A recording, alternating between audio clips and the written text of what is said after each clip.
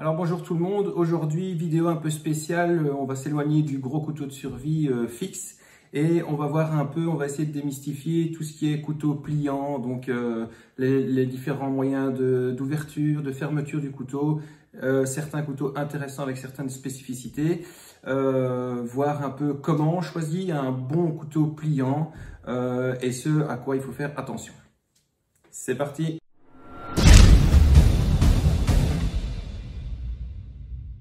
Alors ici, j'ai décidé de vous faire, entre guillemets, une démonstration des couteaux, des différents couteaux pliants que j'ai, toutes catégories confondues, pourquoi je les aime, pourquoi est-ce qu'ils pourraient être intéressants pour vous ou pas. À chaque couteau, on va voir le système de fermeture, le système d'ouverture, la lame, tout ce qui peut vous correspondre. Il faut quand même savoir que le couteau pliant, c'est quelque chose de personnel, donc que ce soit au niveau du prix, au niveau du design, au niveau du matériau utilisé. Il n'y a pas de bon ou de mauvais pliant en fonction de ce que vous choisissez. Donc si vous désirez choisir un couteau low cost parce que vous avez juste besoin d'une petite lame pour couper des caisses en carton, c'est très bien. Si vous voulez choisir un couteau à 350 € parce que vous voulez tel type de matériau quasi inusable ou parce que vous voulez en faire un usage tactique, eh bien à ce moment-là, c'est votre choix. Donc au niveau des couteaux pliants, comme je vous l'ai déjà dit dans plein de vidéos, je vais être beaucoup moins tatillon sur les types d'acier que sur mes couteaux de survie. Pourquoi? Parce que je les utilise moins souvent. Si j'étais amené à utiliser des couteaux pliants tous les jours pour des tâches parfois rudes, je ferai beaucoup plus attention aux aciers poudrés, aux aciers inox, etc. Donc pour moi ici, on va pas voir trop la qualité des aciers, on va voir surtout les types de lames, les systèmes d'ouverture, de fermeture et toutes ces petites spécificités qui peuvent vous aider à choisir votre beau et bon couteau pliant.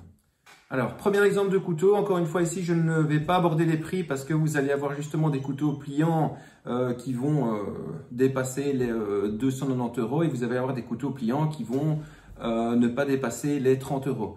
C'est tous des couteaux que j'aime bien, c'est tous des couteaux que j'utilise et dont je suis satisfait, donc voilà. On va commencer tout de suite avec le Cold Steel Bush Ranger Light. Alors, vous voyez ici qu'on a un système d'ouverture au niveau du pouce. On verra après. Hein. Ici, le système d'ouverture ambidextre. Donc ça, c'est un plus. On verra le terme anglais tout à l'heure. Vous avez l'ouverture des deux côtés et vous avez un système de fermeture qu'on appelle backlock qui a été breveté sur le couteau que j'adore aussi, le Buck 110. Et vous voyez que quand la lame arrive à terme, hop, on a cette partie ici qui vient bloquer la lame et qui empêche la lame de revenir. On est déjà sur un très bon système d'anti-retour, mais vous avez en plus ici un bouton qui va pouvoir être poussé vers le haut et là, on n'arrivera même plus à venir déverrouiller le backlock ici. Donc là, vous avez une double sécurité. Alors, ici, donc, on a vu ouverture à une main, ambidextre, ça c'est déjà un plus. Ok, on a la fermeture backlock qui est une fermeture qui est pas mauvaise, qui est assez intéressante. Et en plus, on a ici la sécurité, la deuxième sécurité bouton. Ensuite, vous avez, salut Heidi, ensuite vous avez ici le clip ceinture. Alors le clip ceinture ici est également ambidextre, voilà. Donc là, pour certains, ça va être un avantage. Pour d'autres, ils vont pas aimer d'avoir sur la plaquette ce système-ci qui n'est pas rempli. Ça, c'est un peu à vous de voir. Au niveau de la lame ici, on est clairement sur du clip point avec un acier brossé sur le dessus et un acier lisse sur le dessous. Alors, l'avantage de ces lames-là, pour tout ce qui est skinner, pour tout ce qui est planter et ressortir dans des matières tendres, c'est super, voilà. Ensuite, vous avez l'ergonomie du manche. Ici, on voit que pour mes mains, le manche est super. On a un petit, ici, une petite excroissance pour le pouce. Et ici, on a une légère garde. Donc voilà, ici, sur ce couteau, pour moi, les avantages, c'est quoi? C'est que le clip est assez discret. Il est très très solide, même un peu trop. Mais donc, vous n'allez jamais perdre le couteau dans la poche. Éventuellement, si vous voulez avoir un système d'accroche supplémentaire avec Dragon, vous pouvez. Vous avez le système backlock et le système de fermeture ici. Et vous avez l'ouverture une main qui est toujours intéressante avec ici le thumb. Voilà. Ici, vous voyez que c'est ambidextre. Ça, c'est un premier couteau avec un système d'ouverture et 2 systèmes de fermeture. Alors ensuite ici, on est sur le Spyderco Paramilitary 2 Lightweight. Donc ça, c'est vraiment en EDC. On n'est plus du tout sur le même couteau. Ici, on avait donc le thumb stud, c'est-à-dire l'ouverture au pouce avec le bouton. Et ici, on a ce qu'on appelle un thumb hole. C'est une ouverture au pouce. Voilà, donc ça demande un petit peu d'entraînement, mais une fois que c'est fait, c'est très bien aussi. Le système de fermeture, ici, on est sur du liner lock. Le liner lock, c'est quoi? C'est une tige qui va venir bloquer le dispositif de la lame pour pas qu'elle revienne.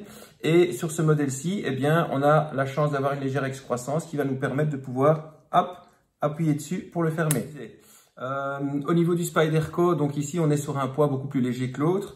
On est sur une lame drop point ici, hein, et on a vraiment cette excroissance caractéristique de Spyderco, que ce soit avec jimping, cannelure sur le dessus, mais sur le dessous aussi. Donc on a vraiment une très très bonne prise. Alors ici, c'est beaucoup plus à des fins tactiques. Maintenant, pour ceux qui ouvrent des caisses en carton, c'est très bien aussi. Mais voilà, donc là vous avez le thumb hole, ouverture au pouce. Vous avez le dispositif de blocage liner lock qui vient en lamelle venir ici bloquer la lame. Et vous avez un dispositif de fermeture léger en appuyant légèrement vers moi et en donnant un petit coup. Voilà. Ici, vous voyez que il est suffisamment bien bloqué pour ne pas s'ouvrir avec le moindre mouvement. On a vraiment l'ouverture pouce. Voilà. Ici, on est sur un autre prix. On est sur une autre lame, on est sur un autre acier, ça n'a pas d'importance. Ce que j'aimais bien sur ce couteau aussi, c'est effectivement au niveau tactique, c'est vraiment cette accroche qui nous permet de pouvoir éventuellement planter ou slicer sans se blesser sur la lame et avec vraiment un bon jimping des deux côtés. Voilà. Celui-ci, pareil, vous avez un clip poche qui est creux contrairement à l'autre. Ici, vous pouvez également le mettre des deux côtés, mais hop, je vais voir si vous le voyez ici. À ce niveau-ci, ça a été fermé. Donc, il suffit juste de défaire le torx ici et de l'inverser. Donc, celui-ci peut s'accrocher des deux côtés. Alors voilà, là vous avez déjà 2 gros systèmes d'ouverture différents. Donc, on avait le thumb stud ici, avec le petit bouton pour le pouce, et le thumb hole ici. À vous de voir ce qui vous convient le mieux. Alors, troisième couteau, ici, on est sur la marque Acorn. Alors, Acorn, ici, on est vraiment dans le couteau tactique, couteau rescue, force de l'ordre. Vous avez aussi des petites spécificités. Donc ici, on n'a pas clairement le thumb stud, c'est-à-dire le bouton, mais on a un système qui va nous permettre aussi d'ouvrir à une main, d'accord? Soit on va l'ouvrir de façon lente, soit, hop, petit coup de poignet et c'est ouvert. Ici encore, une autre spécificité, eh bien, bon, vous voyez qu'ici il a servi, mais vous avez le semi-cératide, donc semi-dentelé, et le semi-lame lisse. Alors, contrairement à ce que la plupart des gens peuvent croire, c'est pas du tout pour scier, c'est pour couper des cordes et des textiles. Ça marche beaucoup mieux que cette lame-là pour tout ce qui est cordes, escalade, etc. et textiles. Ensuite, vous avez le fameux clip ceinture qui est aussi assez discret. Vous avez un système de fermeture liner lock ici, donc de nouveau à l'intérieur la petite lamelle qui vient bloquer la lame. Mais petite spécificité sur celui-ci, pour le refermer, vous ne devez pas pincer le liner lock, vous devez appuyer sur le bouton ici. Donc quand vous appuyez sur le bouton, vous avez la lamelle qui redescend et on peut fermer la lame. Donc ouverture une main et fermeture, hop, une main aussi. Tout ça, silencieux évidemment. Ensuite, vous avez un coupe-ceinture. Alors moi, les coupe-ceintures sur les petits couteaux comme ça, pour moi, ça fonctionne pas des masses. Vous avez déjà une lame semi-cératide, donc semi-dentelée, c'est amplement suffisant. Surtout ici que, pour coincer une ceinture là-dedans, avec le peu d'espace que vous avez, c'est quand même vachement difficile. Ensuite, vous avez un petit brise-vitre. Alors, le brise-vitre, il est efficace, mais il faut taper une vingtaine de fois. Et au final, ben, vous prendriez le couteau comme ça et vous taperez très fort. C'est pareil aussi. Vous avez ici quand même un alliage qui est un peu plus, on va dire, de qualité, mais sans plus. Donc ici, dispositif de fermeture liner lock, dispositif d'ouverture un peu en thumb stud avec le pouce et dispositif de déverrouillage avec un bouton poussoir. À vous de voir ce qui vous convient. Donc ici, moi, ce que j'aimais bien celui-ci, c'est qu'il est très fin, il est très discret, il est pas mal efficace, que ce soit au niveau rescue ou au niveau tactique. Là, on est encore aussi dans une pointe assez efficace, qui est assez fine. Donc là, c'est vraiment pour du voilà, recul.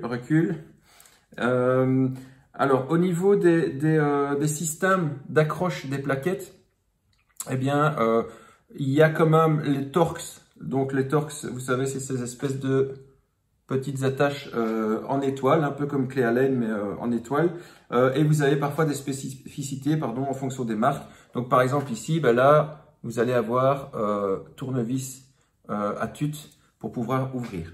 Encore un autre modèle qui pourrait être intéressant pour vous en fonction de ce que vous recherchez. Ensuite, ici, on est sur la marque Fox, hein, une marque que j'adore, et on est sur le modèle Fox Edge, qui coûte rien du tout. Alors, on aime ou on n'aime pas, moi j'adore justement ce vieil acier brossé d'un côté et la plaque en micarta de l'autre avec les reliefs pour la main. Ici, on a une ouverture flipper. Donc flipper, c'est que vous avez une excroissance ici. J'adore ce type d'ouverture. Vous avez aussi le thumb stud ambidextre des deux côtés. Donc pour le prix, franchement, ce couteau est incroyable. Et alors ici, on n'est pas sur un dispositif de verrouillage en liner lock, mais en frame lock. Au final, c'est la même chose, jusque le liner lock, c'est une plaquette qu'on rajoute à l'intérieur. Et le frame lock, en fait, c'est la plaquette elle-même qui va faire office de dispositif de verrouillage. Ici, vous avez les assistés et les non assistés. Celui-ci est non assisté, donc si je ne fais pas ça suffisamment fort, bah, la lame ne sortira pas. On a toujours le petit coup de poignet avec le beau petit bruit qu'on aime bien entendre. Et ici, comme je vous avais dit, vous avez eh bien, la plaquette elle-même, le manche, qui vient faire le dispositif de blocage de la lame. Ça, c'est ce qu'on appelle du frame lock.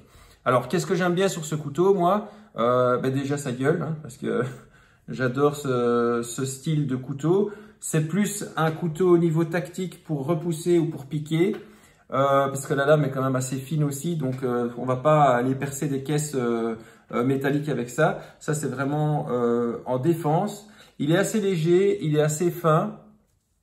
Il n'y a aucun jeu. Ça aussi, c'est quelque chose auquel vous devez faire attention quand vous choisissez un pliant. C'est le jeu du mécanisme ou pas. Si vous avez un jeu de mécanisme ici, votre couteau sera désaxé, déforcé très vite. Ici, l'ouverture thumb stud et l'ouverture flipper. Ce qui est génial avec l'ouverture flipper, c'est qu'au final, eh bien, ce qui vous a permis d'ouvrir forme une garde pour le couteau et vous empêche de glisser sur la lame. Ici, ils ont rajouté un léger jimping sur le dessus et si vous voyez bien, la forme de la lame, elle fait un peu comme ça. Et justement, c'est parfait. Quand on a bloqué le flipper et le jimping, là, on est vraiment sur un couteau pour piquer. Alors, sur le site, ils le mettent en drop point. Moi, je le mettrais plutôt en spear point, même si c'est asymétrique. Et même si c'est un faux contre-tranchant, néanmoins, la physionomie de la lame, c'est vraiment quelque chose qui est fait pour planter droit. Et voilà. Donc ici, pareil, le frame lock, on peut le refermer à une main. Il faut toujours faire attention, évidemment, de ne pas se couper. Vous avez le flipper ici ou le thumb stud. Thumb stud, vous ouvrez au pouce. C'est pareil. Si vous voulez l'ouvrir clairement, hop, un petit coup sec et le flipper, pareil, un petit coup sec vers le haut. Donc ici, spécificité, moyen de fermeture frame lock. Le clip est assez haut. On verra qu'il y a encore des ports plus hauts pour avoir encore un port plus discret. Et je trouve que cette plaquette en micarta vers l'extérieur est géniale et que cet acier brossé vers l'intérieur est super beau. Voilà. Donc là, vraiment, le flipper, pour moi, c'est génial. On va passer au suivant. Alors ici, dans la gamme, on va dire la gamme tactique aussi, où on a effectivement encore le thumb stud ambidextre, le système d'ouverture avec flipper et le système de fermeture en frame lock. Ici, on est sur le Schrade qui est en D2 titanium avec le full manche titanium aussi. Alors pourquoi je vous montre celui-ci? Ici, c'est aussi un couteau tactique. Vous avez une lame en recurve, donc il faut savoir beaucoup plus difficile à aiguiser, hein, pour ceux qui ne s'y connaissent pas trop. La lame est par contre, elle, très épaisse, avec une pointe qui est beaucoup plus épaisse que celle que je vous ai montrée avant. Donc là, par exemple, pour piquer dans des matières un peu plus épaisses, un peu plus fortes, c'est parfait. Donc ici, voilà, le Schrade, full métal. Il a aussi une bonne gueule, je trouve. C'est quasi dans les mêmes prix. On est bien sur de l'acier D2 titanium et sur un manche titanium. Mais par contre, vous avez une lame qui est beaucoup plus épaisse et qui est une lame recurve. En fonction des goûts et en fonction des utilités, encore une fois, à vous de choisir. Voilà. Ici, vous voyez l'ouverture au pouce ou l'ouverture en flipper et vous entendez ce beau petit bruit de blocage parce que le frame lock est vraiment très épais ici. Alors, une autre ouverture possible aussi qu'on voit souvent sur les autres couteaux et aussi sur les Victorinox, c'est ce qu'on appelle le nail nick, donc c'est ouverture à l'ongle. Voilà, alors ici vous avez un dispositif de blocage backlock, c'est le petit frère du Buck, hein, c'est quasi la même imitation. Ici on est sur le Schrade et c'est le Schrade Uncle Henry avec imitation de corne, qui est un très bon couteau aussi, qui est de quasi d'aussi bonne qualité que le Buck 110. La seule chose, c'est qu'il n'a forcément pas le traitement thermique de Paul Boss qu'on apprécie tous, mais il est vraiment bien fini. Et donc ici, ben, le backlock, on le verrouille et on le déverrouille par ici. Voilà, on appuie ici et on ferme. Alors attention avec ce système-là, il ne faut pas appuyer ici et fermer, sinon ça se ferme sur vos doigts. Donc si vous êtes un grand distrait, ne prenez pas ce genre de fermeture. Pour tout ce qui est ouverture nail nick, donc c'est-à-dire avec l'ongle, bah déjà il faut avoir des ongles. Et sinon, par exemple, pour une lame comme ça, pour moi c'est pas nécessaire parce qu'en venant pincer ici, on sait l'ouvrir aussi. Voilà. Alors, encore une fois, faites attention à la taille de vos couteaux.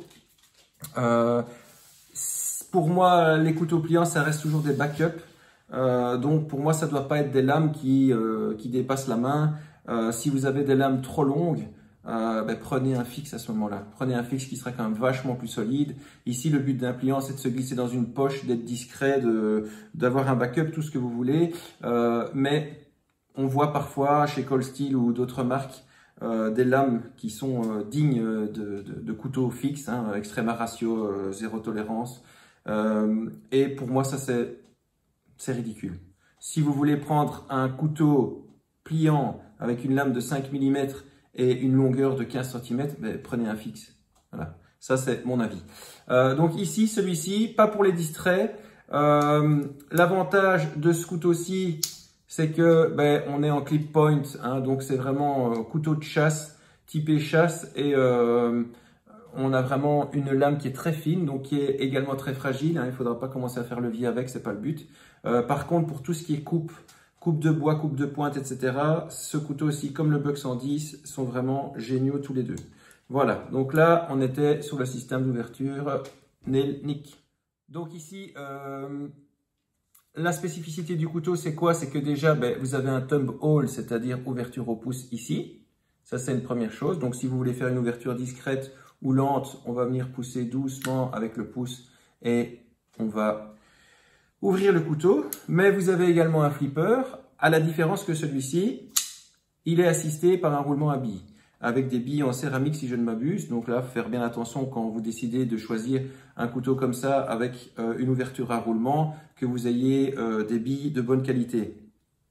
L'avantage de celui-ci, c'est vraiment, hop, il est génial, on ferait ça toute la journée, c'est cette ouverture assistée avec ce beau petit bruit. Alors ici, vous avez, hop, également une fermeture en liner lock. Alors, certains diront que c'est du liner lock, d'autres diront que comme il y a deux plaquettes ici et que c'est la plaquette du bas, on reste en frame lock. Peu importe, c'est le même système de verrouillage, c'est une plaquette qui vient se verrouiller. Vous avez un petit jimping, une petite crénure ici sur le dessus qui est assez intéressante. Et alors, vous en avez une ici aussi, à cet endroit-ci. Et là, par contre, pour moi, celle-là, elle est un peu douloureuse. Donc, en fonction de ce que vous allez faire, voilà. L'avantage, encore une fois, de l'ouverture avec flipper, c'est que le flipper fait office de garde une fois ouvert. Donc, ça, c'est vraiment un dispositif génial. Au niveau de l'ergonomie du manche, alors ça, c'est important aussi de le signaler, c'est que si le couteau a de la gueule, mais que quand vous l'avez en main, il n'est pas du tout confort et qu'il vous fait mal, ça le fait pas. Donc, par exemple, ici, j'avais un peu peur avec les plaquettes, ça, j'ai aucun souci. Par contre, en fonction de la découpe ici du manche, le petit système d'accroche ici par clip qui est efficace, moi, me gêne un peu au niveau de la main. Pour le reste, c'est un super couteau. Ici, on est encore sur une lame recurve et ils ont fait un casse-goutte, ce qui nous permet de l'aiguiser plus facilement.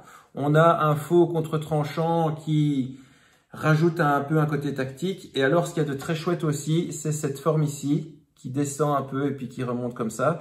Et là, c'est vraiment quand on veut avoir le couteau en mode tactique aussi, on a vraiment toute la place pour le pouce. Voilà. Celui-ci, c'est déjà quand même un assez grand couteau, mais ouverture assistée, très facile, ça c'est génial. Donc, système d'ouverture à roulement à billes à prendre en compte aussi. Alors, encore un qui pourrait vous intéresser, c'est le CRKT Homefront. Alors, celui-là, je l'ai pris volontairement plus cher parce que le moins cher avait un manche plastique qui était vraiment de la merde.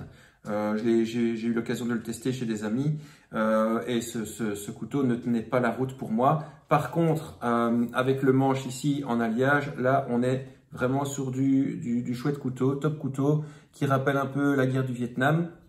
Alors vous avez un flipper rond et une ouverture à roulement à billes également, avec une lame qui est vraiment géniale d'utilisation, qui est quand même assez épaisse.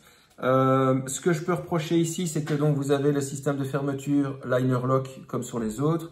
Par contre, quand on l'a en main, le fait qu'il y ait des crénelures sur le flipper même, ça fait vraiment mal. Donc moi, quand j'utilise, j'essaye de rester en retrait ici. Maintenant, si vous faites ça à longueur de journée, vous allez vous faire mal. Alors ici, glissière pour gagner du poids au niveau de la lame ou quand on plante pour que le sang puisse s'écouler, à vous de voir. Au niveau ici du clip, le clip est légèrement désaxé, mais c'est pas trop mal et il est assez haut aussi, donc on a un port assez discret. Mais pourquoi je vous montre ce couteau-là? Donc lame drop point, etc. Ben ça, en survie, on a l'habitude. Par contre, ce couteau-là se démonte très facilement. Important aussi si vous nettoyez vos couteaux, si vous voulez leur redonner un petit coup de jeunesse après des années. Tous les roulements, tous les systèmes sont encrassés à un moment ou à un autre. Et sur celui-ci, en fait, eh bien, vous avez qu'un switcher, le petit switch qu'il y a ici, voilà. On vient switcher là et on vient tourner la molette qu'il y a ici. Vous voyez que c'est une molette qui tourne, voilà. Et on défait complètement le couteau. On a les deux plaques, on a la lame et on peut s'occuper de la lame, remettre un coup de WD ou de l'huile, ce que vous voulez. Ici, de nouveau, pouvoir le fermer à une main, c'est important. Là, on sent vraiment bien le roulement à billes quand la lame rentre dans les plaquettes et l'ouverture est très facile. Donc, pensez aussi, si vous n'avez pas plein de tournevis torx chez vous, parce qu'il faut savoir qu'il y a des différentes tailles aussi en fonction des types de couteaux, mais des couteaux avec un démontage très facile, comme ce Homefront de CRKT, ça peut être intéressant. Alors, comment parler des pliants sans parler de notre fameuse Opinel? C'est impossible. L'Opinel, c'est un couteau, je pense qu'on a tous eu, hein, surtout le numéro 8. Ici, vous avez aussi un système d'ouverture Nelnik qui, lui, pour moi, est opportun parce que, voilà, en fonction du manque de dextérité qu'on a sur le terrain, venir le pincer ici, c'est un peu difficile. Donc, on a vraiment une belle ouverture ici au pouce, avec les ongles, pardon, en Nelnik. Et ici, nous avons vraiment le dispositif breveté par Opinel qui est la virole, hein, donc qui va venir se tourner ici pour bloquer la lame. Alors, l'avantage de ça, c'est que une fois que la virole est mise, ben, on n'a vraiment plus aucune possibilité de retour. Les Opinel ont des lames ultra fines, c'est ce qu'on leur demande, c'est-à-dire que comme petits couteaux de camp, ils sont vraiment géniaux. Couper des cordes, couper de la nourriture, de la viande, tailler des pointes de bois, donc on ne parle pas de bâtonnage ici, mais l'Opinel, ça reste un classique, qu'on aime ou qu'on n'aime pas. Ça reste un couteau avec manche en bois qui est très très léger. Et bon, c'est pas pour rien que tout le monde le porte aussi, et qui est très abordable financièrement. Donc si vous devez avoir vraiment un petit backup, celui-ci est parfait. Et effectivement, comme sa lame est très fine, eh bien, ça coupe très très bien. Pour mes stages, moi par exemple, j'ai des Opinel bourrons pour les enfants, pour éviter qu'ils se piquent. Comme ici, on a vraiment une pointe très efficace. Et ça fonctionne très bien. Donc ici, on est, vous le voyez sur la virole, on est sur le numéro 8, qui est un peu petit pour la main. Il y a des numéros 9, il y a en dessous, il y a au-dessus. À vous de trouver celui qui vous va, mais le système de virole est un système qui est au final assez archaïque, qui est très facile. Vous pouvez refermer le couteau même quand il est dans sa guinde, enfin dans ses plaquettes en bois. Hein, hop. On peut le tourner ici et à ce moment-là, eh ben moi, mon couteau, j'ai pu l'ouvrir et je trouve que c'est vraiment un moyen très sécure d'avoir ça, surtout pour les enfants, dans un sac à dos, dans une poche, aucun souci avec ce système-là. Donc, ouverture nail-nick et fermeture par virole. Alors ici, ça, vous ne me verrez jamais l'utiliser sur le terrain, vous ne me verrez jamais le tester parce que c'est un couteau qui appartenait à mon grand-père et j'y tiens particulièrement, mais ça c'est vraiment le dispositif des anciens couteaux qu'on avait avant, qui est en fait un dispositif qu'on appelle slip joint. Donc c'est ce qu'on appelle le cran forcé, dans lequel il y a un mini ressort, et donc ben, vous avez l'ouverture nail-nick aussi, et en fait il est un peu difficile à ouvrir et il est un peu difficile à refermer. Voilà. Vous avez ça comme, j'ai envie de dire, comme dispositif de blocage, mais très léger, parce que si jamais vous êtes amené à faire un léger aller-retour avec le couteau, peu importe ce que vous faites, beurrer une tartine, quoi que ce soit, la lame pourrait se refermer. Donc il faut vraiment limiter les tâches. Ici, encore une fois, je suis fier de vous le montrer. C'est un couteau qui a été fait en 1935 à Bruxelles, qui a été utilisé pendant des années par mon grand-père qui était un type génial et donc je l'affectionne tout particulièrement. Comme étui, on avait une petite gaine en vieux cuir et il était comme ça dedans, on pouvait éventuellement l'attacher ici. Alors ce système d'attache là est sympa aussi, par exemple vous avez ça sur les Victorinox ou certains Lederman pour pouvoir ajouter une paracorde ou même un système à clip qu'on met dans la poche pour être sûr que le couteau ne tombe pas. Donc là, c'était juste pour vous montrer qu'à l'heure actuelle, on fait encore ce genre de choses, notamment sur certains couteaux suisses. Maintenant, ils sont aussi parfois et souvent passés au liner lock, mais vous avez encore ce système de slip joint avec le ressort intégré. Alors, dans les derniers modèles, ici, on est sur de la haute qualité, on est sur du Lion Steel Up en acier Schlettner, donc Lion Steel made in Italy. Moletta, c'est le designer, hein, vous savez, un grand designer de couteaux. Alors ici, on est sur un autre prix. Pourquoi? Parce qu'on est sur une autre qualité, que ce soit au niveau de l'acier ou au niveau du manche. On voit que ce couteau est beaucoup plus lourd, beaucoup plus gros, que la lame est beaucoup plus épaisse. On a une ouverture par flipper qui est assez discrète, mais qui fonctionne très bien, avec un roulement à billes en plus. Ici, on a justement cette garde du flipper qui est vraiment adoucie à ce niveau-ci et qui est très efficace. Alors, est-ce que c'est un couteau de survie? Non. Par contre, si vous voulez rajouter de la paracorde ici pour accrocher ce couteau, par exemple devant un bâton pour essayer de repousser un animal ou quoi que ce soit, c'est possible. Ou tout simplement rajouter une corde ici pour l'avoir mis en main. Parce que pour moi, c'est aussi un couteau qui peut servir à des fins tactiques. Il est très solide, il est très lourd. Il a également un clip ici qui est assez haut sur le manche, donc qui permet un port assez discret aussi. Fermeture liner lock, voilà, et qu'on peut facilement à une main, hop, refermer. Voilà. Ici, vous avez un petit cliquetis quand il se referme qui vous montre que le roulement à billes est arrivé à sa position initiale. Et quand vous l'ouvrez, vous avez vraiment ce bruit, attention, qui est vraiment assez puissant. Comme la lame est lourde, il faut quand même donner un petit coup sec, mais pas trop. Et vous avez vraiment un couteau de bonne qualité et très lourd. Maintenant, encore une fois, à vous de voir en fonction des matériaux, en fonction de la gueule, est-ce que vous aimez bien ce type-là et pas ce type-là. Et si c'est pour avoir un petit backup pour faire des petites choses, ne vous emmerdez pas à prendre un couteau aussi lourd. Alors, pour quasi terminer, deux petits modèles. On a ces deux-là.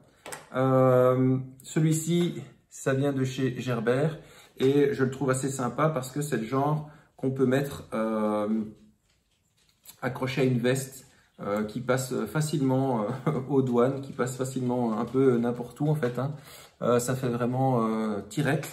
Et vous avez ici une ouverture Nelnik avec une fermeture frame lock. Et en fait, ça vous permet juste d'avoir une petite lame qui est bien sécurisée à l'ouverture.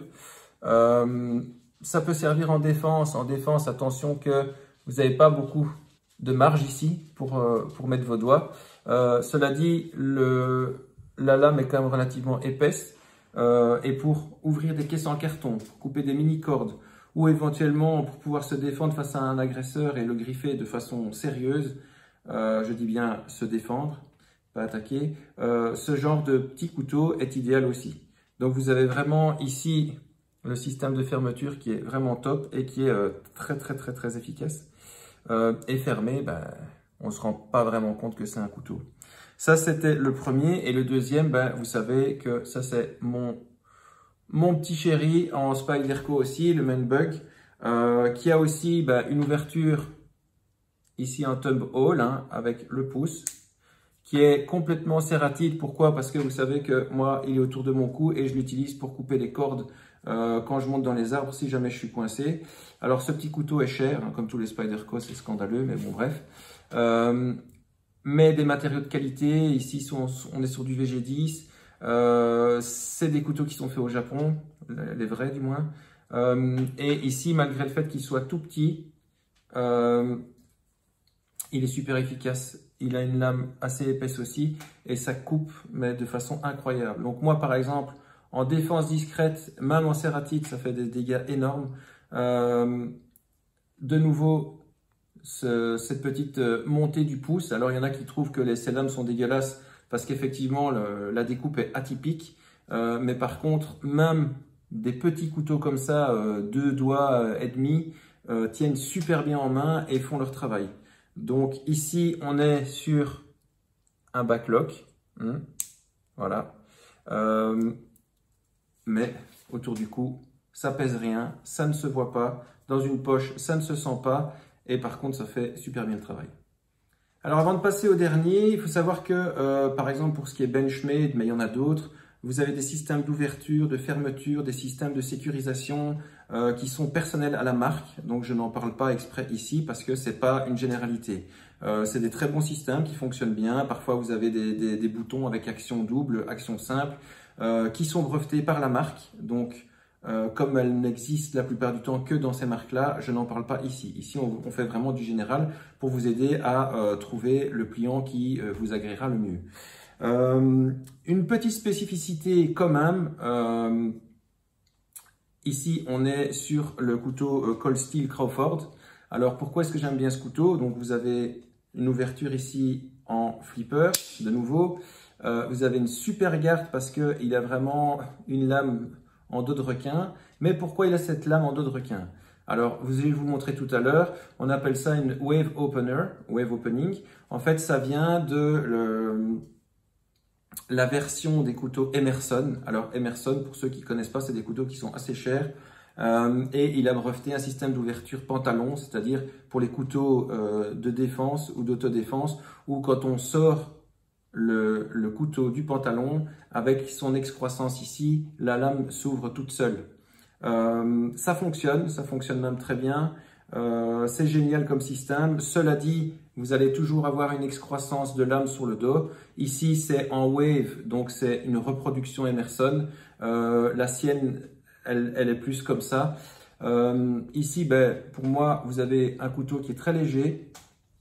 On a l'ouverture, donc soit en wave opener qu'on verra après, soit en flipper.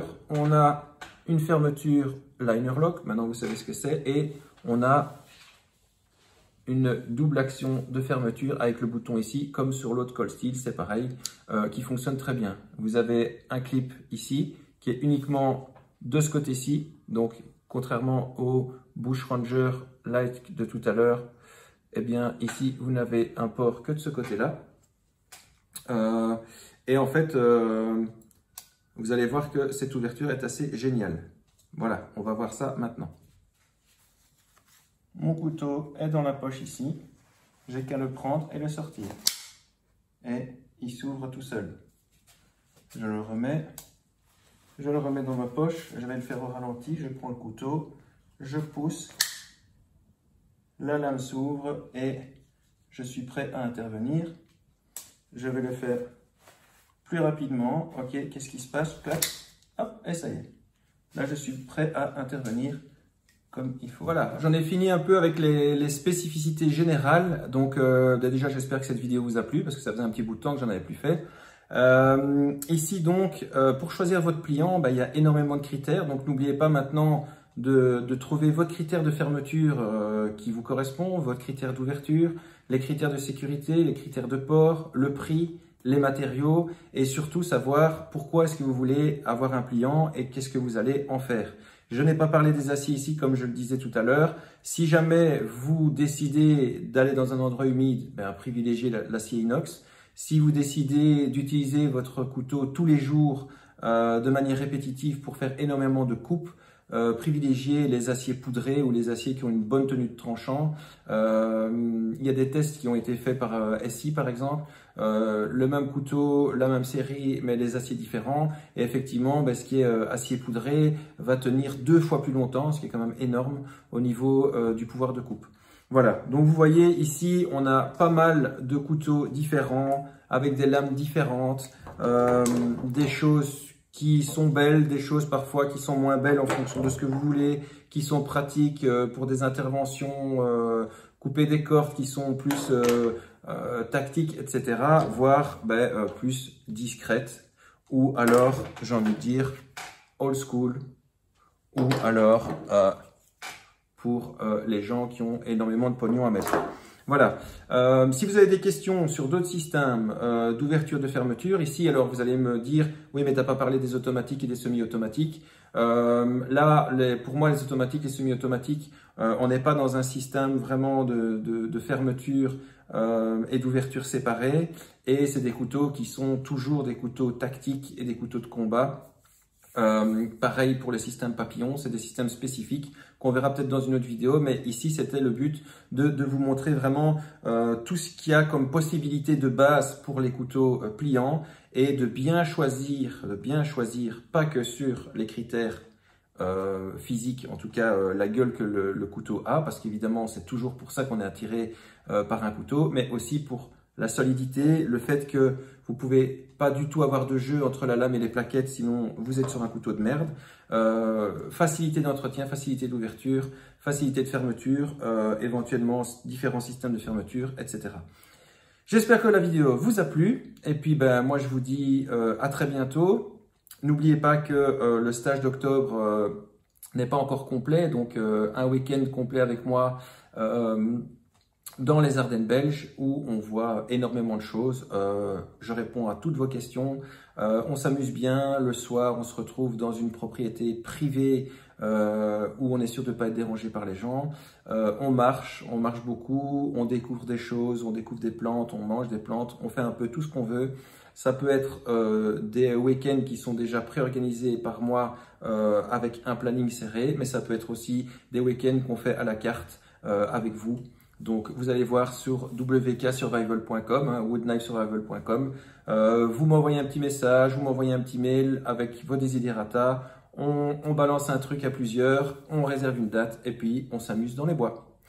Et comme je dis à chaque fois, eh bien justement, sortez, amusez-vous, testez au niveau des couteaux, testez ce qu'il y a de mieux pour vous. N'hésitez pas à m'envoyer des remarques si j'ai dit des conneries, si j'ai pas dit des conneries, s'il y a des choses que vous n'avez pas entendues et sur lesquelles vous auriez aimé avoir un avis, je peux peut-être vous répondre. Ou si même moi, il y a des choses que je ne peux pas connaître, eh bien je serai super content d'avoir votre retour.